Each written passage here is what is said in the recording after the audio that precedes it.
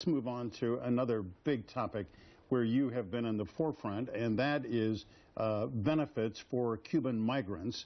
You introduced a couple of weeks ago a very innovative act which would try to make a distinction between Cubans who come here for economic reasons and those who come here for political asylum. Explain what your bill would do. This is a first step in reforming our broken Cuba immigration policy. Michael Glenna, today there are people living in Cuba receiving public benefits that are funded by U.S. taxpayers. Yeah, Social Security payments. Immoral. It is wrong. There are seniors who are coming to the United States every day from Cuba and retiring here, and they're Social Security eligible for life. Some of them are making more, receiving more in monthly benefits than retirees who have worked in this country for 30 and 40 years. So what my bill seeks to do is to stop the abuse of these benefits, which are only supposed to be for refugees, for people who fear for their lives, fear for their safety, their security, and are leaving Cuba to come to the United States. Don't get me wrong, there are plenty of those. The Castro government has not changed. They continue torturing, abusing, imprisoning unjustly.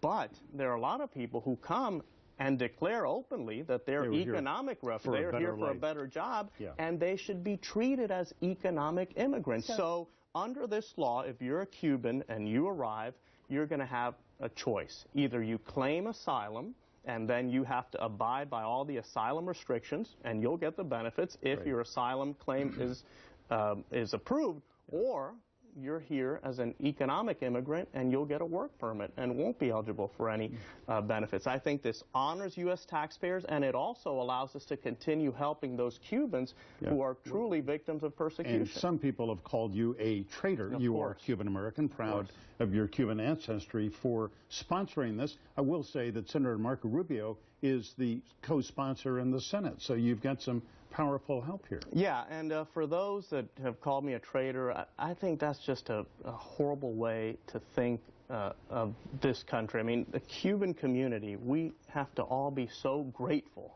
This country has been so generous with the Cuban American community, and if the mentality is that every group that comes to this country just has to figure out the maximum benefit that they can extract from this government, ignoring everyone else. You know, in this country, when you steal from the government, you're not stealing from a corrupt family like you're doing in Cuba. You're stealing from your neighbors. So this is a responsible reform. It's a modest reform. This is not going to turn the tide of Cubans coming to the United States. At least it will restore some integrity to the policy. Does it undo, essentially, the Cuban Adjustment Act? No, it has nothing to do with the Cuban Adjustment Act, and legally, technically, it doesn't in any way address the Cuban Adjustment Act. I have said that if we want to change the Cuban Adjustment Act, that effort needs to be led by the administration, whether it's this administration or the next one. Why? Because if we make a serious effort to change the Cuban Adjustment Act, which I think should remain while there's a totalitarian dictatorship in Cuba, but if we're going to change it, at least the way it's applied, it has to be done by the White House. Why? Because we in Congress, we propose something. It takes weeks, months to debate.